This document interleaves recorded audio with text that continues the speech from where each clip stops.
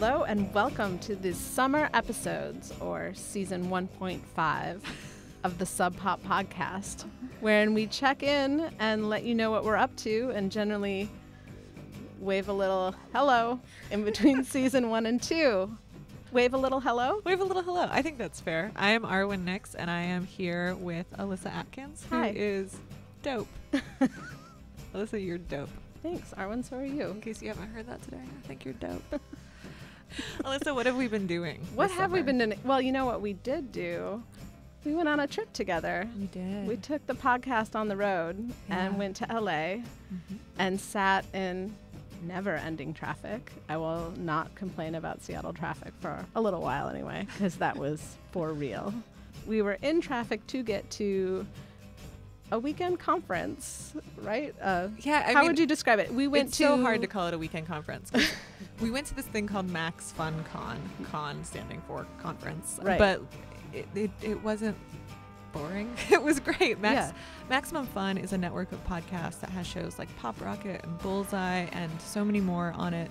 And so a bunch of fans of this network of shows get together every year, and they have for like the last 7 or 8 or 9 years or something. And this is a place where they can physically get together. It's in Lake Arrowhead at the top of this mountain. Windy Road Mountain. Very windy road mountain. And it's kind of like a 3-day summer camp for people who love these podcasts. There's classes and meals and comedy shows and live tapings of some of the podcasts and dance parties, and yeah, it was great. It was awesome. It was really awesome. But we were the new kids. We showed up late and brand new, maybe one of only a small handful of people that had never been there before. Yeah. And it's been a while since I let myself just like wander into something completely unknowing of what I was getting myself into. I like to really just dip my toe in and take it cautious but sometimes. You did it. You took a class. You took one of the classes. Which one did you take? Podcasting for people who podcast? Something podcast. So it was about podcasting. And in that, actually, it was great. We got some really good feedback. And part of what made it really good was it was like from outside the world of just like knowing exactly what Sub Pop is. Yeah. So people with no knowledge of Sub Pop as a company or what this record label has done or does do, which we're listening represents to our podcast. A fair amount of people in the world. Most people in the world. But anyway, it was fun to hear, their take on it and what like questions like, I don't know what the Mega Mart is, and I definitely don't know who Stewart is. I was like, yeah, fair enough. Like that was, disorienting. Yeah, for maybe some you guys listeners. should explain that. And I was like, yeah, maybe we will, or maybe not. We won't. I don't know, but thank you for your feedback. It was valued. It was just might not be put into practice. Yeah, but it was might cool. Not be who we are. It was really cool to have that kind of, focus and attention paid to the podcast, and it was really wonderful feedback. And we were also just part of this community of other people who are podcasting and trying to do their own thing, which is just really cool. It's really cool in my mind whenever we see adults doing something new, because I don't know, it's gonna be scary to do new things. And adults don't really have to do anything new if they don't want to. So to see them like actively engage in this thing was really great. Yeah, and play around, because you went to one of your classes, if I'll put that in quotes, was learning how to play a game from Corin Tucker, right? Yeah. Yes. Not just Corin, though. No, Corin and her husband, Lance Bangs, and their 2 kids, actually, were all teaching a room full of us how to play this party game called Werewolf. And I'm not going to explain how you play Werewolf, because 1, I will do a bad job at it, and 2, it's going to be a lot easier for you to understand if you just look it up. But it was this great party game that is like kind of murder mystery meets charades meets Shirley Jackson's The Lottery meets Celebrity. It's weird, but it was really, really fun. And it was also me getting totally outside of my comfort zone, that I'm just like walking into a room full of strangers and then playing a party game. Like, those 2 things, room full of strangers and party game, are not things that I do in my life, but it opened me up, and I don't know. Maybe that's why people say that like taking an improv class is good. Oh yeah, yes and. Yeah, so I was really yes and in that. Well, it definitely helps. Corin Tucker of Slater Kinney. It helps to have someone that you would just want to take any kind of class from. That's why I signed up. Yeah, because I was like, oh yeah, okay. Yes and Corin Tucker. Yes and. Yes and I can be in a room with her. Yes and I will do that. Yeah, and then we also got to watch live live recordings of podcasts Yeah. with Pop Rocket, where I was introduced to Guy Branum. Yeah, your new favorite person. Which I was like, where have I been all his life? Because Mhm. I need more of him in my life. Yeah. And then we got to see stand-up, where I found my new favorite comedian, Solomon Giorgio. I want to take a moment to express how much Alyssa and I both are in love with Solomon Giorgio as a comedian. Like you should follow him on Twitter. You should follow everything he does. He's apparently from the Pacific Northwest. Follow everything he does. Follow him around. Follow no, him around. I'm not. We advocate stalking Solomon Giorgio. No, we do not. Okay, Alyssa says we don't. But I kind of do, because I think he's great. He's wonderful. And Riley Silverman was another comedian that was amazing. So yeah, that was good. And then we traveled for the first time together, and we got along. We did. It was nice. That is nice. I think you're a good travel buddy. Yeah. And then I ditched you in LA You for you did. to just do what is now a Sub Pop podcast semi-tradition Yeah. of dropping you in a city that you don't like to drive in Mm-hmm. and letting your GPS tell you which house you're going to go to Oh, man. of a new friend but current stranger.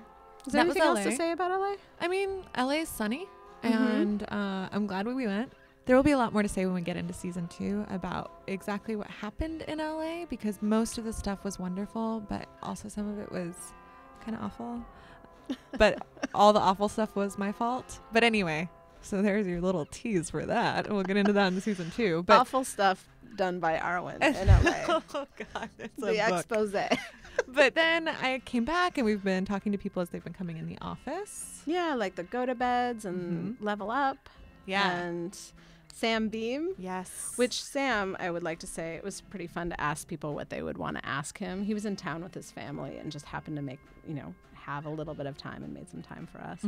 So we were asking friends and coworkers what they'd want to know from Sam Beam. And all I have to say about that, Sam, if you're at all listening, is you should be glad Arwen interviewed you, not some of the crazy people that we love and work with. I'm going to say that there is someone in the ranks here at Sub Pop who is a Sam Beam super fan. Super fan. Like I think she might have been like sweating a little bit just talking about it.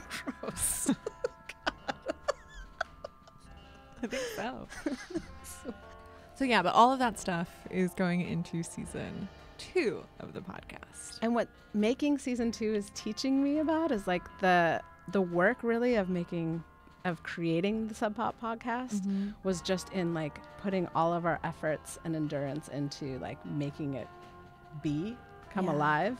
And now with season 2, it's like this different type of discipline. It's like keeping it going and challenging ourselves to making it, to keeping it different and new enough that it's still surprising and keeps that energy. Totally, and making sure that we're not trying to fit things into different boxes and formulas of things, but like letting each interview be what it needs to be in whatever format it needs to be. And sometimes we don't know what that's going to be until we've like been slogging through the tape for a while. And so right now over the summer, we're at almost the year mark of when Arwen and Stuart and I all started working together on the podcast. And so we started in talking about what we want season 2 to be. It was reminding us of the work that we put in to get it started, right? And like when we first started, we had all these ideas for like reoccurring segments and different like notions of how it was going to fit to be a Sub Pop podcast, right? Like every podcast was going to like start this way, and like this segment was going to be 3 minutes, and then we'd have a musical transition, and then it was going to be like 5 minutes of this kind of thing. And people who are fans of the first season, which my God, if you're listening to this episode this far in, you're probably one of those people, will recognize the question, recommend something to me, which is a question that Alyssa thought of that we asked literally every person that we interviewed for the first season. Yeah. So we're going back, we're looking at that stuff, and we're thinking about like which of those things just didn't work for season 1 but could work, going forward. It's not like we have to throw them out just because we haven't used them yet.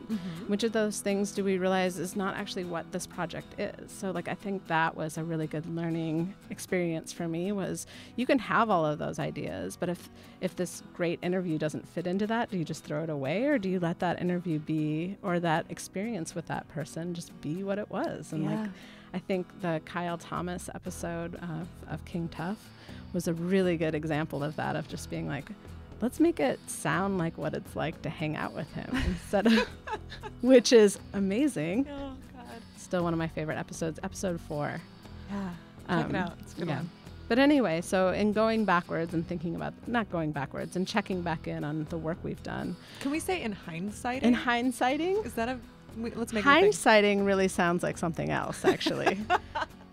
But sure. As we're hindsighting this project. So in doing all of that and in acknowledging that we're a year in to working together, how fast it's gone. Love working with you, Arlen. We went back to our demo episode, which our demo episode we had been talking about the project for a while, but when it came down to it, I think we had a week and a half or 2 weeks to prepare a demo to pitch the Sub Pop Brass, as we call them. Well, yeah. The idea, right? And in trying to see if you and Stuart were all talk, I was like, okay, let's make a pilot episode. And I was so fucking stoked that you guys were both on board and you did it, because so many times people get stuck in their own ideas and then it's really hard to make those ideas into a product. Mm-hmm. And we did it. We made episode 0. We did, and we pitched it. They said yes. Our goal for it was that we would end up editing out the pieces and maybe using that later. I don't know. Yeah. I mean, we were proud of the work that we did for episode 0, so we were hoping that we would be able to reuse some of the stuff somewhere later down the road. Yeah, because part of making episode 0 wasn't just that we were willing to do the work. We had to beg and borrow. To interview actual human beings. Yes. And, actually, we asked some of our most generous and talented immediate friends to help us out, and their generosity in helping us with this thing that had no certain future whatsoever really blew me away, and actually was part of what made me really inspired about what this project could be. Because we have these people within arm's length, arm's reach that were willing to just be really open and giving of their time. Yeah, incredibly talented artists who all have their own lives, who were willing to sit down and talk to us and to make a demo, right? Or they had no idea what we were going to do with it. Yeah, and we even told them we're not sure if this will ever get played. Right. We're just trying to pitch this thing, and they were still game. It was just favors for us. Yeah, and then so we went back, listened to this episode 0, and realized another reality of this project is, although the intention was maybe this will get aired or maybe it won't, the reality was that we lost all the associated sessions with the demo. And so it exists only as a complete episode now in our archives. So we're not sure exactly what happened, how we lost all of these things, but we did, and now we have this one full session, which is our demo tape. Episode 0. Yeah, and we're going to play it today because in looking forward for what we're going to do for season 2, it was really interesting for us to figure out where we started, and I don't know, we want to include you guys in that. I think that taking a page out of the Max Fun community, understanding that everyone who listens to this podcast is really important to us, and we want us all to just be part of this cool collective group. So in this process of us learning what we want this to be and where we started from, and also to hear from some of the people that we interviewed on the episode 0, Sub Pop's own receptionist, Derek Erdman. Love him. Artist extraordinaire. Yeah. I mean, it's going to be so great to hear his voice on the podcast finally. But then also Dave Hernandez, the effortlessly charming Dave Hernandez from the Shins. Corey J. Brewer also is another person we talked to. I love him. You'll hear us explain who they are in the episode, but we wanted to present it to you we think that the content of it, the interviews are good, and but all of it, warts and all. This is our episode 0. Join us on episode 0. Yeah, we'll be back at the end. Well, I guess we're here also throughout the rest of it because it's still us. But anyway, here you go.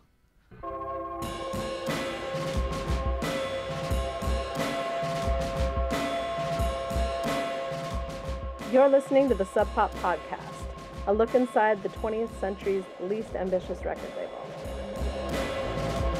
I'm your host, Alyssa Atkins. Today we're going to check in with Derek Erdman, Sub Pop's receptionist, and we talked to Corey J. Brewer, friend of the label. But first, a Sub Pop history lesson. Former Shins member, Dave Hernandez. Hi, Alyssa. Hello. Okay, to set the stage, it's May 2004. The Shins are on tour supporting Shoots Too Narrow, and they're playing Sasquatch Festival here in Washington State. I think we got a pretty good slot, and we're a pretty good crowd. We're doing our thing. And then this happened. Megan has dared Jed to get naked and get on stage. Okay, just a second. It's worth mentioning here, the Megan he's talking about, that's the label's vice president. And the Jed character, he's Sub Pop's publicist at the time. Okay, back to you, Dave. We're in the middle of Kissing the Lipless, I believe. Pretty deep song, pretty serious lyrics. And out of the corner of my eye, I notice Jed Mayhew just wearing socks. Jed's naked as a jaybird, and he's not a streaker. He's not streaking. He doesn't run as fast as he can. He's up there doing like an interpretive modern dance, just stark naked. We notice it, the three of us. James does not, because his eyes are closed and he's just in the middle of his thing, and he's really, he can't, he's not looking around at he doesn't assume that someone's naked directly behind him. The lipless who bleed all the sweetness away. On stage, so he pretty much finishes the song. The thing that I remember, though, mostly is just the crowd didn't really know exactly what to do. Like, no one was laughing, no one was pointing, no one was even, they didn't seem shocked. It was just this utter, befuddled, confused awkwardness. It's just, they're not ready to see some dong. Yeah, there you go.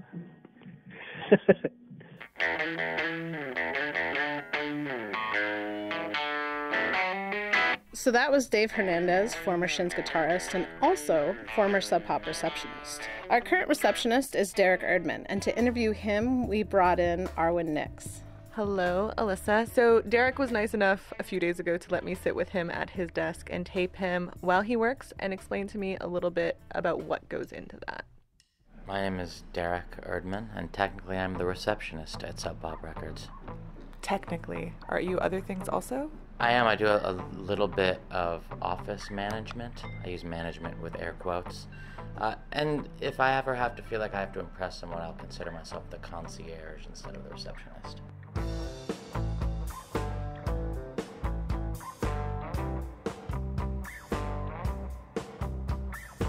I ensure the comfortability of all of my coworkers. That's a huge part of my job, making the people who work here happy. How do you do it? I get them the pens that they want.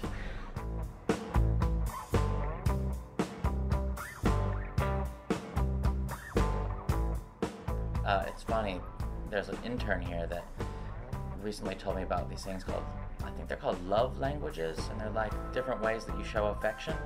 And she, after just seeing me in the kitchen, pegged me as acts of service as one of these love languages, and it's a person who likes to do things for other people. And after researching this, she was absolutely true.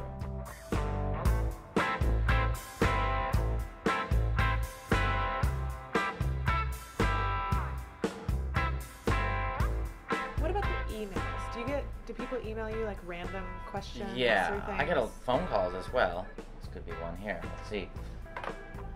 Good morning, Sub Pop. Absolutely. I'll see if she's in her office. Master's calling. Oh, hey, David. It's Derek. I'm good. How about yourself? Let me see if Anna's around. Hold on a second. Hey, Anna. Anna L. David, she's not in her office. Do you want her voicemail? Here you go. I'll talk to you soon, my friend. That was David from Suicide Squeeze. Nice So, one. like that, love that guy's label. Stuff he's put out, informed my life in a way, and I just get to talk to him on the phone. A lot of people that you meet, you rarely get people with attitude or jerks. Because I think in a way too, this place weeds those people out. I don't think we tend to work with people who have a ton of attitude or come to the door with here I come, get out of my way. And I think the people here are humble and kind people. There's not a lot of we're the elite.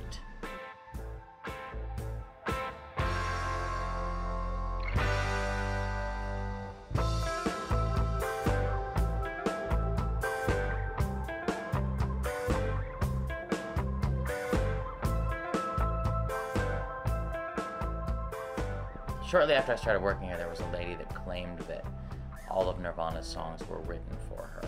I think she even actually claimed to wear tinfoil hats to block out rays, like the stereotypical thing. Wow. So you get a lot of those. And you also, as part of this job, you learn to master this, I would call it engaging vagueness, where you don't give a specific answer to a question. You get slippery. I've like mastered the art of slippery. Give me an example of you being slippery. Well, somebody coming in who has snuck in the door and they want to play their demo or talk to somebody at the top. Because, you know, there's that age-old story where, like, you don't just, you know, go in and give them your tape. You go in there and you stand on the owner's desk and you play your song, and that's how you get the deal. Like, there's tales of that in music past, so people think, well, that's what I have to do. They will come up here with their guitar and, like, I want to play. I'm here to play. Let me play. What do you do then? Well, you know, I've told people that I don't work here. You know, that I'm just, like, part of the building and not part of Sub Pop. Also, I've told them that, you know, everybody's on vacation and there's nobody in the office at all. I've told them that if anybody starts playing, automatically we disqualify your demo. Things like that, you know, like you have to make things up on the spot to not infuriate people, but also make them feel like, oh, they tried, and what they did was great. I think a lot of people think that they just can get discovered, even when they haven't done anything, which I think is incredible. Like, I've also, it's funny, this might be a generational thing, but I get a lot of emails from people that are like, oh, I have some beats, will you sign me? And I'm just like, these are just in like some, you just started a drum machine and tape recorded it. Or they'll be like, I'm a great singer, I've written some lyrics. And I'm always like, send these, I want to read these lyrics, please send them. And they're always like, you know, like, ooh, baby, we're in the club, gonna make $1 million. Baby, we're in love, gonna make $1 million. Party all night, crystal, champagne, baby, yeah, pop it, etc., etc. And then I'll always ask, like, what is the song about? I always, and they're always like, you know, it's about, you know, achieving your dreams and going for it. And I'm like, yeah, but what if it doesn't work out? Oh, no, it'll work out. So I was like, okay, well, I think there is a lot of empty positivity talk in the world today, especially from celebs, which, I mean, it's great. There's nothing wrong with being positive, but, like, just telling everybody a blanket, go for it, you're gonna win, achieve it, you will be a successful pop star if you just give it your all. I mean, there's also, like, some tricks that you have to pull.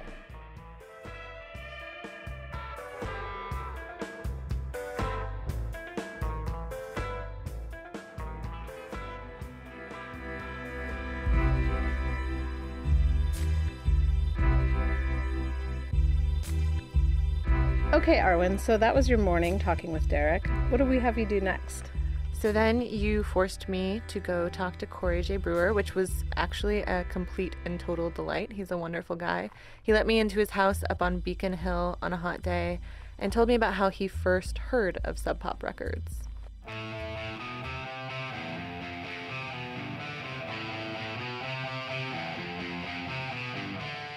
It was through working with the Murder City Devils and doing merch for them.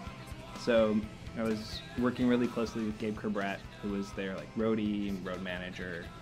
Anytime I would go on tour with those guys, which was pretty often, it usually involved a day ahead of time of like me coming down from Bellingham to Seattle to like get merch ready for the tour. So like going to Sub Pop, getting all the vinyl and CDs and stuff that they would need, and getting like contacts for like who I would need to send. I would need to fax the sound scan sheets into every week, which was apparently very important, but I almost never ever did.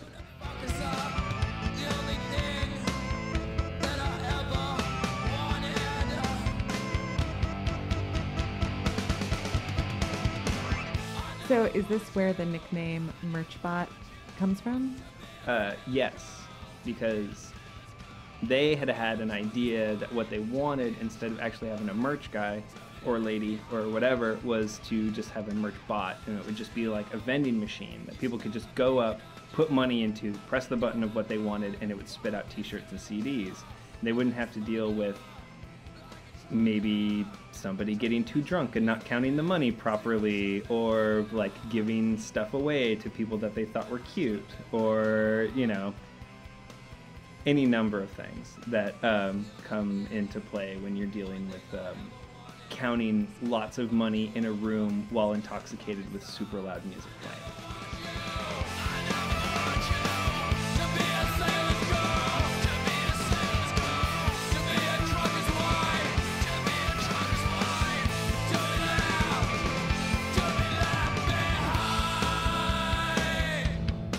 turning 21 and immediately getting into the van with those guys and getting to be in a different punk rock shithole bar every night where the drinks are free and you get to just kind of like act like a total fool and not see anyone the next day was kind of perfect.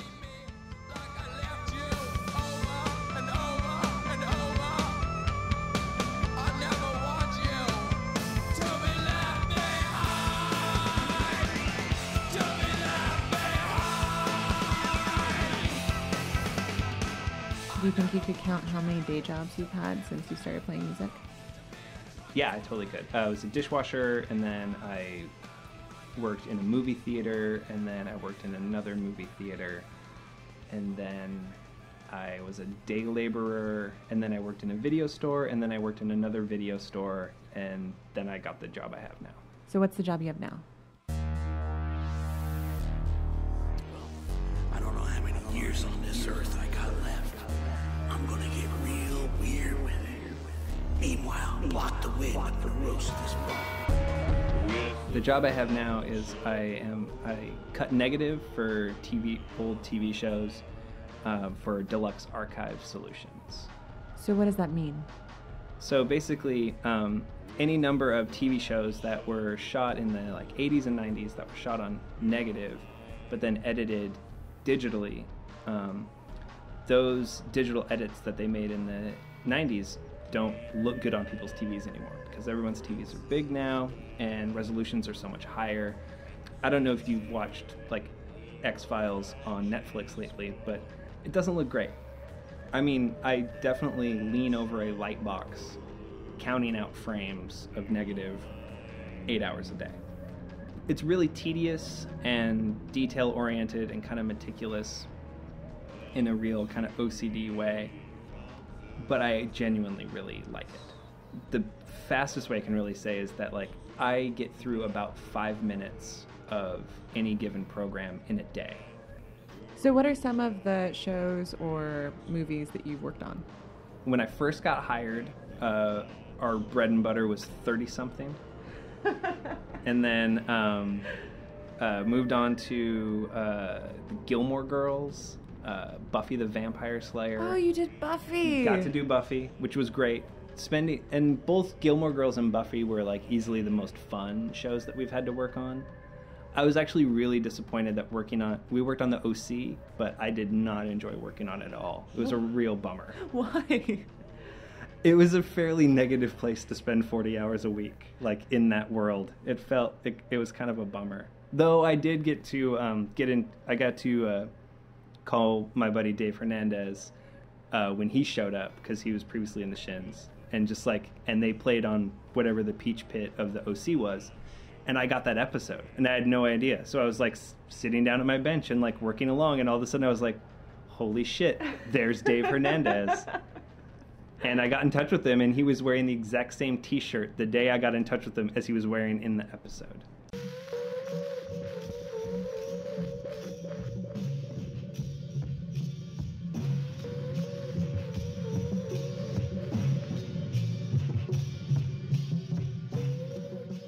Is it the kind of work where you're obviously not multitasking because you're so focused, but can you daydream a little bit?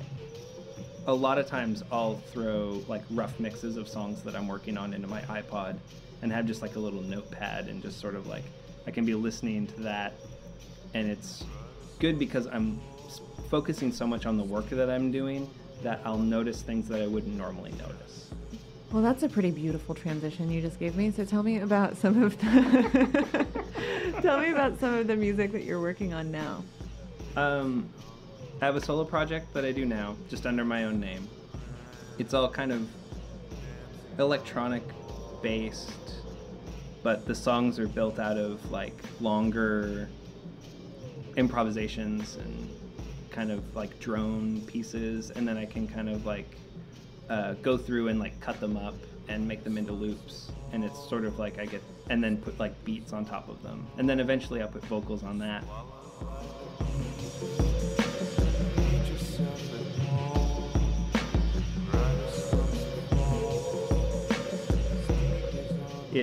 it doesn't fit in the context of any band that I've really been in before.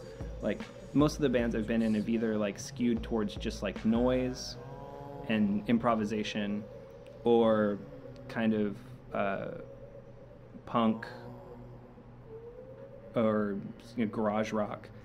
And it's kind of nice that it's like I can take the improvisational stuff that I've always kind of done and restructure it into like a pop format almost. And then it's just sort of like I can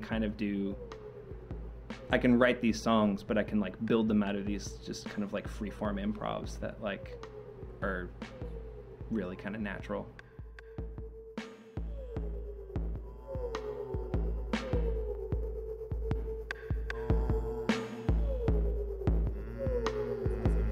That was musician Corey J. Brewer. You can find links to his music and art on our website, subpop.fm.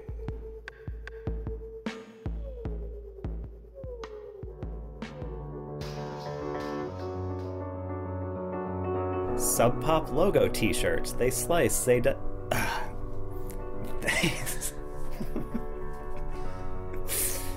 Sub Pop logo t-shirts. All right, stop. Okay, so Stuart, can I buy records at the Sub Pop Mega Mart?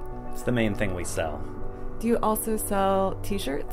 We have tons of t-shirts. Do you have any sweatshirts or hoodies? We have the softest sweatshirts and hoodies available on the market right now. Do you have keychains so that I can bring Sub Pop with me wherever I go? We do. Is there anything that I haven't mentioned that you have that you think is worth pointing out? Books, videos. Christmas stockings. Loser Christmas stockings. Patches. Patches. A large variety of patches. I think that's everything we need. Is it?